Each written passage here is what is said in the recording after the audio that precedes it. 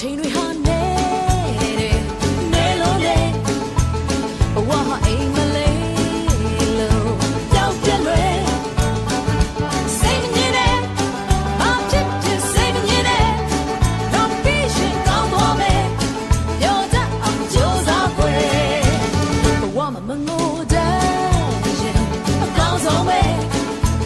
ဘဝမှာရေတစလို့ခံချောက်လွယ်